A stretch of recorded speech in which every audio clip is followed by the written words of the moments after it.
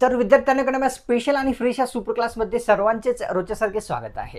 Super क्लासमध्ये आज देखील आपण ठाणे व नागपूर या दोन्हीही महानगरपालिका भरतीसाठी स्पेशल असलेले जीके क्वेश्चन्स कव्हर करणार आहोत, पाहणार आहोत। सर्वांनी सुपर क्लासला स्किप करायचं नाही, सुरूपासून शेवटपर्यंत नक्कीच पाहायचं आहे। तसेच या दोन्हीही भरतीसाठी आपण काय केलेले आहे, 570 पेजेसची पीडीएफ तयार केलेली आहे। हे पीडीएफ तुम्हाला घेणे का गरजेचे आहे हे थोडंसं ऐकून घ्या। रिसेंटली जी एक्झाम झालेली आहे विद्यार्थ्यांनो, कल्याण डोंबिवली महानगरपालिका भरतीची, त्या भरतीच्या प्रत्येक शिफ्टमध्ये आपल्या पीडीएफ मधील 10, 15, 20, 25 आणि 30 प्रश्नापर्यंत देखील आलेले आहेत। जसे पीडीएफ मधील इच्छुक असाल तर तुम्हाला काय करायचं आहे, या नंबरवर कॉल नाही करायचा आहे, व्हॉट्सअप करायचा आहे।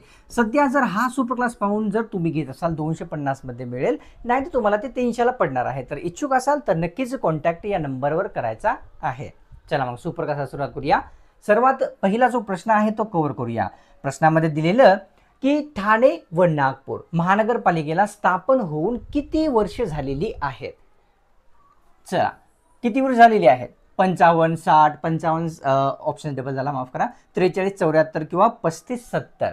तर ठाणे महानगरपालिकेला स्थापन होऊन 43 वर्ष झालेली आहेत, तर नागपूर महानगरपालिकेला स्थापन होऊन 74 वर्ष झालेली आहेत, हे आपल्याला लक्षात येते। कव्हर करूया प्रश्न दुसरा। तर प्रसिद्ध असलेली संतोष ट्रॉफी कोणत्या खेळाशी संबंधित असते हे सांगायचं आहे।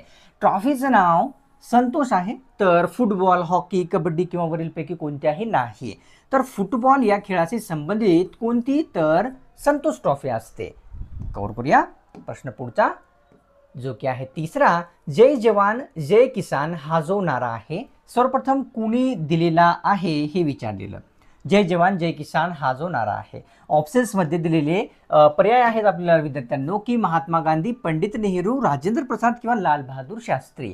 तर जय जवान जय किसान हा जो नारा आहे लाल बहादूर शास्त्री यांच्या मार्फत देण्यात आलेला सर्वप्रथम होता। प्रश्न चौथा। महाराष्ट्रात सर्वाधिक हिंदू लोकसंख्येचे प्रमाण कोणत्या जिल्ह्यामध्ये आहे 2011 नुसार आपल्याला सांगायचं आहे। आणि एक प्रश्न मी तुम्हाला विचारतो, तुम्हाला उत्तर येत असेल तर नक्कीच कमेंट करा। ज्यांनाही उत्तर येत नाही ते सर्व विद्यार्थी कमेंट सेक्शनला व्हिजिट करून तुम्ही जर उत्तर दिलेले असेल तर लगेच पाहतील। तर आपण हा प्रश्न वाचून घ्या आणि उत्तर तुम्ही कमेंट करा। कव्हर करूया प्रश्न पाचवा। सर्वाधिक बौद्ध लोकसंख्येचे प्रमाण असलेला जो जिल्हा आहे तो कोणता आहे, ज्यामध्ये बौद्ध लोकसंख्या सर्वात जास्त दिसते। ठीक आहे, अमरावती, हिंगोली, अकोला किंवा नांदेड। तर अकोला या जिल्ह्यामध्ये सर्वाधिक बौद्ध लोकसंख्येचे प्रमाण आहे हे आपल्याला कळते। पाहूया प्रश्न पुढचा। तर मोहेंजोदडो ही संस्कृती कोणत्या नदीच्या खोऱ्यामध्ये सापडलेली एक संस्कृती आहे। कोणती? मोहेंजोदडो ही संस्कृती। ऑप्शन्स मध्ये दिलेले कोसी, रावी, सिंधू किंवा गंगा। तर सिंधू नदीच्या खोऱ्यामध्ये मोहेंजोदडो ही जी संस्कृती आहे ती सापडलेली दिसते। कव्हर करूया प्रश्न या ठिकाणी सातवा। तर असा आहे, डॉक्टर बाबासाहेब आंबेडकर यांनी धर्मांतर करण्यासाठी सर्व धर्माचा जो अभ्यास आहे तो किती वर्षे केला होता आणि त्याच्यानंतर जे आहे धर्मांतर केलेले होते। सर्वांनाच माहित आहे किती वर्ष अभ्यास केला होता धर्मांतर करण्याच्या पूर्वी। धर्मांतर कोणत्या धर्मामध्ये करायचं आहे, 20 वर्ष 21 वर्ष, 22 किंवा 23। तर एकूण 21 वर्ष अभ्यास केल्याच्या नंतर डॉक्टर बाबासाहेब आंबेडकर यांनी बौद्ध धर्म स्वीकारलेला आहे। कव्हर करूया प्रश्न या ठिकाणी आठवा। कोणता रंग सर्वाधिक उष्णता आकर्षित करणारा रंग आहे हे आपल्याला विचारलेलं। कोणता रंग आहे सर्वात जास्त उष्णता आकर्षित करणारा? ऑप्शन्स मध्ये दिलेले पांढरा, काळा, लाल किंवा तांबडा। ऑप्शन्स मध्ये 2 म्हणजेच काळा हा जो रंग असतो तो सर्वात जास्त उष्णता आकर्षित करणारा एक रंग आहे। प्रश्न 9वा कव्हर करूया। रांजणगाव येथील अष्टविनायक गणपती कोणत्या नावाने ओळखला जात असतो? ठिकाण लक्षात घ्या, ठिकाण आहे या ठिकाणी रांजणगाव हे। तर महागणपती, विघ्नेश्वर, चिंतामणी किंवा अष्टविनायक। तर ऑप्शन्स मध्ये 1 महागणपती या नावाने रांजणगाव येथील जे अष्टविनायक स्थळ आहे ते ओळखले जाते। प्रश्न कव्हर करूया 10वा। आगासिव डोंगरातील भगवान गौतम बुद्धांच्या जे लेण्या आहेत ते किती वर्ष पुराण्या आहेत ते सांगायचं आहे। आगासिव डोंगर इथे भगवान बुद्धांच्या लेण्या आहेत। ठीक आहे, तर 2000 वर्ष पुराण्या आहेत का, 3000, 5000 किंवा 4000। तर ऑप्शन्स मध्ये या ठिकाणी योग्य आहे विद्यार्थ्यांनो 1 म्हणजेच 2000 वर्ष पुराण्या भगवान गौतम बुद्धांच्या आगासिव डोंगरातील लेण्या आहेत। प्रश्न करूया 11वा. फोर्ट विल्यम कॉलेजची स्थापना पुढीलपैकी कोणत्या गव्हर्नर जनरलद्वारे करण्यात आलेली होती किंवा कोणत्या व्यक्तीद्वारे करण्यात आलेली होती? फोर्ट विल्यम कॉलेजची Lord Ripon, Lord Curzon, Lord Wellesley किंवा लॉर्ड लिटन. ऑप्शन्समध्ये योग्य आहे आपल्यासमोर 3. लॉर्ड वेलन्सली यांनी फोर्ट विल्यम कॉलेजची जी स्थापना आहे ती केलेली आहे. प्रश्न 12वा पाहूया. झर्लिन ही अणुभट्टी महाराष्ट्रातील कोणत्या जिल्ह्यामध्ये स्थित आहे? अणुभट्टीचं नाव आहे झर्लिन आणि एक आणखी आहे त्याच्यानं तारस अणुभट्टी. तारस अणुभट्टी दोन्हीही एका ठिकाणी आहेत, मुंबई, पुणे, बीड आणि अमरावती. तर ऑप्शन्समध्ये योग्य आहे एक मुंबईमध्ये तारस तसेच झर्लिन ह्या 2 अणुभट्ट्या असलेल्या लक्षात येतात. तर प्रश्न 13वा.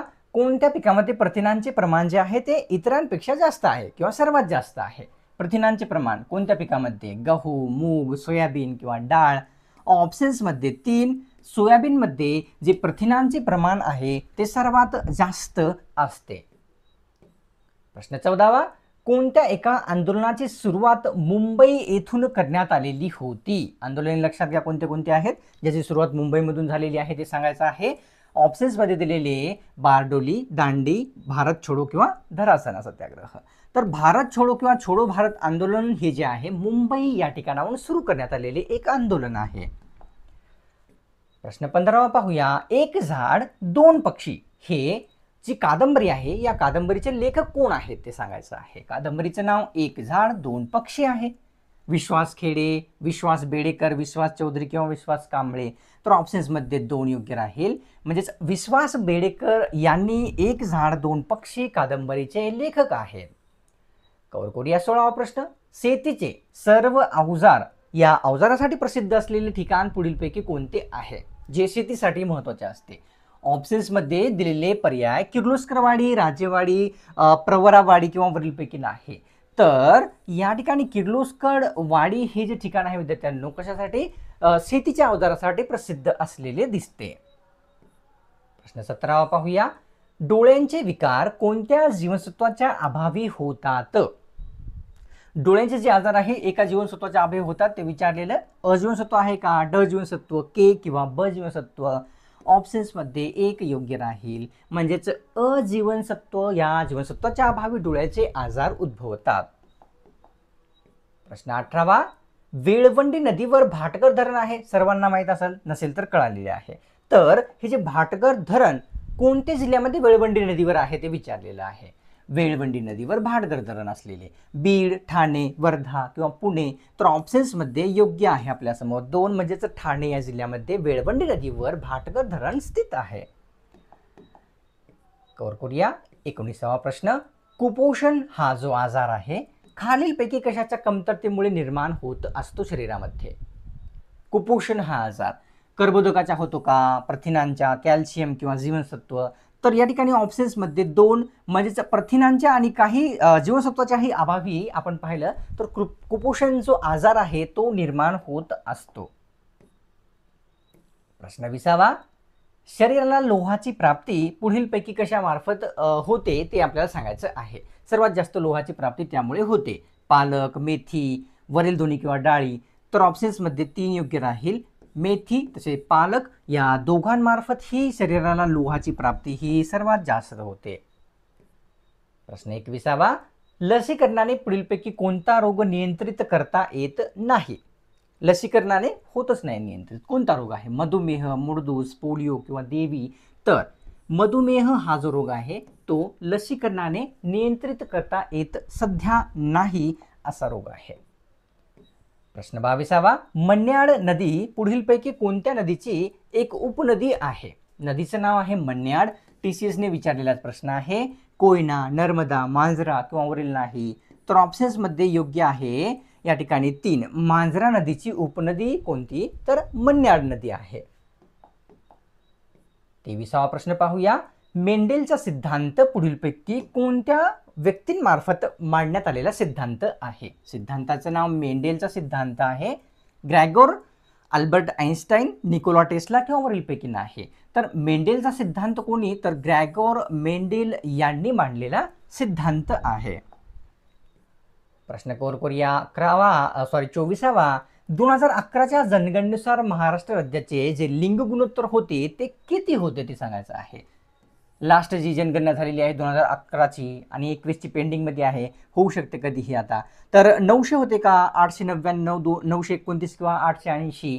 तर ऑप्शन्समध्ये 3 योग्य राहील. 929 एवढे जे आहे 2011च्या जनगणनेनुसार विद्यार्थ्यांनो आपल्या राज्याचे लिंग गुणोत्तर होते हे कळते. प्रश्न कव्हर करूया 25वा. तर कोणत्या नदीपासून सर्वात जास्त जलविद्युत निर्मिती होते, ती नदी कोणती आहे? जलविद्युत निर्मिती सर्वात जास्त ज्यापासून होत असते, पूर्व वाहिनी, गंगा, पश्चिम वाहिनी किंवा वरीलपैकी नाही. ऑप्शन्समध्ये एक योग्य राहील, म्हणजेच पूर्व वाहिन्या नद्यापासून जी आहे विद्युत निर्मिती सर्वात जास्त प्रमाणामध्ये होते. हवेचा दाब मोजण्याचे जे उपकरण आहे पुढीलपैकी कोणते आहे ज्याने हवेचा दाब मोजला जात असतो? ऑप्शन्समध्ये हायग्रोमीटर, बॅरोमीटर, लॅक्टोमीटर किंवा सेस्रोमीटर. तर या ठिकाणी बॅरोमीटर जो आहे विद्यार्थ्यांनो याने जे आहे हवेचा दाब मोजला जात असतो. प्रश्न 27वा पाहूया. रातांधळेपणा हा जो आजार आहे तो कोणत्या जीवनसत्वाच्या अभावी निर्माण होणारा एक आजार आहे? आता आपण थोड्याच वेळा आधी कव्हर केलेला आहे की कशामुळे होत असतात डोळ्याचे आजार जे आहे, त्याच्यापैकी एक रातांधळेपणा आजार आहे. जीवनसत्व क, ड, ब किंवा अ. तर रातांधळेपणा हा जो आजार आहे जीवनसत्व अ च्या कमतरतेमुळे निर्माण होणारा आहे हे कळते. प्रश्न 28वा. गोपाळ हरी देशमुख यांना कोणत्या नावाने ओळखतात ते आपल्याला सांगायचं आहे. उत्तर तुम्हाला येत असेल तरीही आपण कव्हर करूया, ज्यांना येत नाही ते पाहून घेतील. गोपाळ हरी देशमुख यांना ऑप्शन्समध्ये क्रांतीवीर, महर्षी, राष्ट्रवीर किंवा लोकहितवादी.